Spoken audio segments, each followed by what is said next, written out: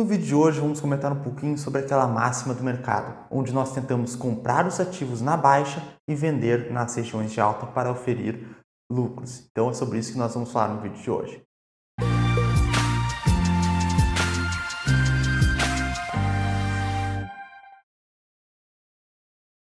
Opa pessoal, meu nome é Felipe Jacques, eu sou assessor de investimentos credenciado pela Ancor e possuo especialização em investimentos Ambima. No vídeo de hoje, então, vamos comentar um pouquinho o porquê do pessoal ter uma dificuldade em compreender ao certo, ou na prática mesmo, como funciona a dinâmica que a gente tenta comprar os ativos na baixa e vender na alta, para, claro, oferir um lucro com isso. Então, seguindo aquela máxima do próprio Warren Buffett, um dos maiores investidores do mundo, que sempre diz, que o ideal é comprar, fazer os seus investimentos aos sons dos canhões, então quando está um barulho de guerra, uma turbulência, então o mercado está reagindo mal, está em queda, e depois vender esses ativos aos sons dos violinos. Então, quando o mercado está muito otimista, muito eufórico, está tudo soando bem. Então, claro, comprar na baixa e vender na alta. Mas, na prática, a gente sabe que não é muito isso que a gente observa com os investidores, principalmente investidores pessoa física, que guardam seu dinheirinho ali do trabalho e vão aplicar. E muitas vezes o pessoal acaba aplicando e quando uma ação está em queda, seja qual for o motivo, o pessoal fica com medo. Olha, minhas ações estão desvalorizando. Mas, no fundo, isso é bom. Por quê? Se a ação está desvalorizando, a cotação dela está caindo, significa que você pode comprar mais daquelas ações. O seu poder de compra perante essa ação, ele sobe. Você vai estar comprando participação na Petrobras, por exemplo. Se a Petrobras estiver em queda, fica mais barato comprar participação na empresa. E por que é bom comprar participações na empresa? Porque quando ela der lucro e distribuir através de dividendos, você como acionista, como sócio dessa empresa, você ganha uma parte desse lucro da empresa quando ele é distribuído como dividendos. Ou você pode até pegar uma valorização dessa ação e ver seu patrimônio crescendo. Então isso é bem bacana, mas é muito difícil de compreender. E por que as pessoas pensam assim? Quando o mercado está em queda, o pessoal se assusta. Primeiro, a gente tem que entender a diferença entre bens de consumo e os investimentos. Qual que é essa diferença? Para isso, vamos pegar um slide que fica mais didático. No slide que vocês estão vendo, a gente vê ali uma pessoa que está pensando assim, vou comprar essa barra de chocolate, que está sendo vendida na loja 1 por R$6. Mas depois ela vai na loja 2 e olha, poxa, que bom que nessa loja 2 o preço do chocolate está mais barato. Aqui ele custa R$5, na outra loja custava R$6.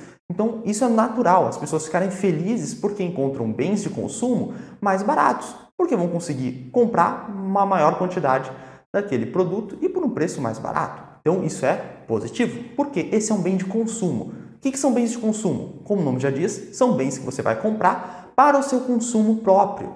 Então você compra já sabendo que vai consumir em um curto espaço de tempo. Claro, tem bens de consumo duráveis, como geladeiras, por exemplo, máquinas de lavar roupa, enfim. Então esses são bens de consumo que você vai usar para consumir eles, ao longo do tempo eles vão se degradando, se depreciando naturalmente, Se a gente tentar vender uma geladeira usada, ela vai valer menos do que uma nova, Isso é natural porque a gente vai usando, vai desgastando, vai depreciando aquele bem. Mas ele é durável, ele dura um tempo maior. Mas temos também bens de consumo não duráveis, como uma barra de chocolate, por exemplo, dura muito pouco tempo e normalmente a pessoa compra não para estocar, mas sim para consumo imediato e vai acabar aquela barra. Então isso é ótimo, comprar mais barato. Eu vou comprar mais barato para consumir imediatamente ou num curtíssimo espaço de tempo. Então, quanto mais barato, melhor eu consigo comprar para consumir e tenho maior poder de compra perante esse bem de consumo. Então, é natural que as pessoas enxerguem os bens de consumo dessa forma. Tá bem, mas por que essa dinâmica também não se faz presente na negociação com ações?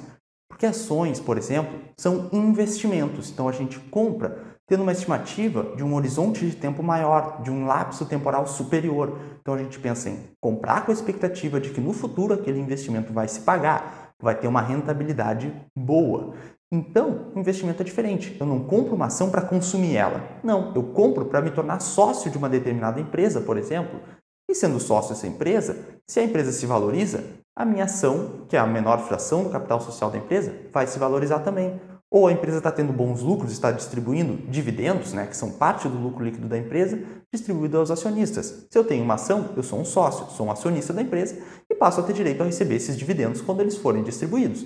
Então, quando eu faço um investimento, normalmente a pessoa tem um foco mais para o longo prazo, tem uma expectativa de que em um determinado prazo aquele investimento vai se valorizar. E quando esse investimento se valoriza, tende a aumentar o seu patrimônio. Se eu tenho lá um determinado número de ações e agora elas passam a valer mais, meu patrimônio vai subir. Então, isso dá uma ótica, uma dinâmica totalmente diferente de um bem de consumo como um chocolate que a gente falou ali. Então, vamos supor, pegar um exemplo aqui, que normalmente acontece, né? A pessoa vê lá a ação da Petrobras, nesse exemplo hipotético, sendo negociada a R$ 29,00 a cotação. Então, a pessoa olha, poxa, agora é a hora de eu comprar. Vou comprar essa ação aqui porque ela está valorizando, está na euforia, o mercado está muito otimista e agora eu vou comprar porque a empresa está subindo, então ela está bem.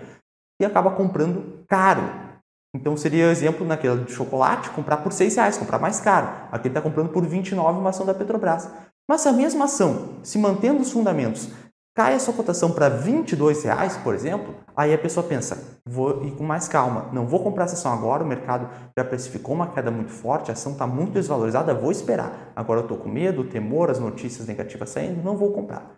Então a pessoa tem esse pensamento, ela se assusta com essa desvalorização. E se ela comprou lá por 29 e vê a cotação a 22, dá um desespero na pessoa também, porque ela vê que as ações que compõem seu patrimônio, que ela comprou lá por R$ 29,00, agora valem somente 22 por unidade.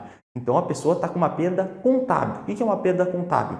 Se ela for fazer contabilmente, ela está perdendo dinheiro. Ela comprou por 29 e está sendo negociada a 22. Isso é uma perda contábil, mas não é uma perda realizada. Não significa que ele vendeu por 22 e realizou a perda. Então, isso são coisas diferentes. Uma coisa é a perda contábil, que momentaneamente, fazendo a contabilidade, você está perdendo, mas você não vendeu a ação no prejuízo, que seria caso você vendesse, uma realização do prejuízo, uma venda realizada, um prejuízo realizado. Então tem essa diferença bem importante. Mas as pessoas se assustam, mesmo que momentaneamente o patrimônio delas diminua. Então essa é a grande diferença. Nos bens de consumo, como eu vou consumir imediatamente, é mais fácil de eu enxergar aqui. Se o preço daquele chocolate, que antes era 6, está R$ 5,00, vale a pena eu comprar para consumir imediatamente por um preço mais barato. Mas como os investimentos, normalmente, eles são ativos que eu não vou consumir uma ação da Petrobras, por exemplo, na verdade, o normal seria eu guardar, por exemplo, aquela ação e deixar para o longo prazo, vai ter um momento de turbulência, volatilidade, oscilação de preços, então eu posso ter comprado por um patamar e momentaneamente está valendo menos. Contabilmente eu estaria tendo um prejuízo, mas não significa que eu vou vender aquela ação no prejuízo. E tem outro ponto bem importante. Se os fundamentos da ação, se o lucro dela, a expectativa de lucro, os membros, sócios da companhia continuam os mesmos, a empresa está com a mesma visão de longo prazo, com estratégias boas, o que acontece? Os fundamentos vão estar os mesmos, basicamente, de quando ela estava sendo negociada por R$ 29,00.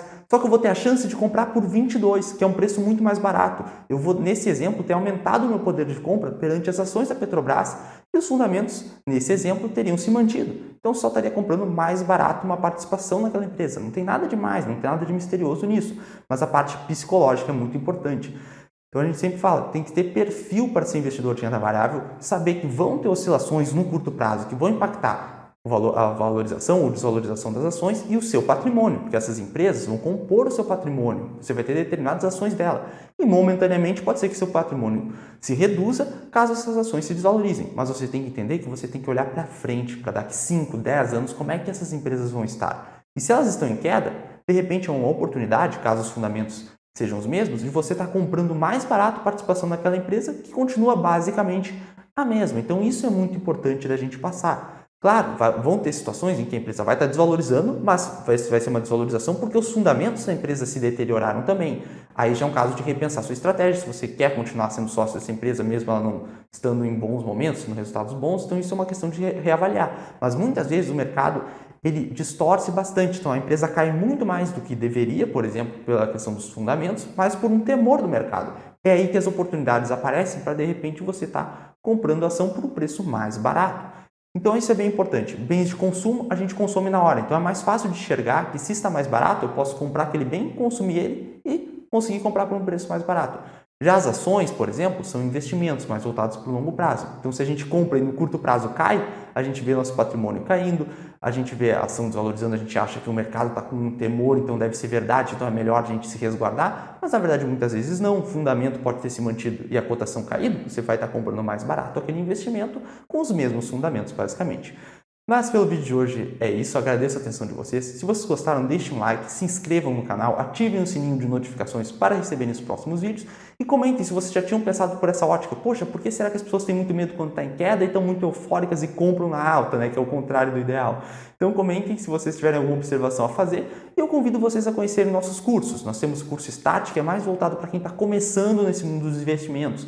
Então, se você ficou curioso nessa dinâmica de comprar na baixa, vender na alta, entendo ainda pouco, por exemplo, de mercado, o curso Start é um curso bem bacana para vocês darem uma olhada. Nós temos o curso BVI, Bolsa de Valores para Iniciantes, para quem quer explorar esse mundo de Bolsa de Valores e quer entender mais alguns conceitos, além dos que a gente passou nesse vídeo, que são muito importantes para você ter o foco necessário para estar estudando bem antes de entrar nesse mercado, que sim, tem mais riscos que a renda fixa. O curso de Bolsa de Valores para Iniciantes seria muito bacana de você dar uma olhada.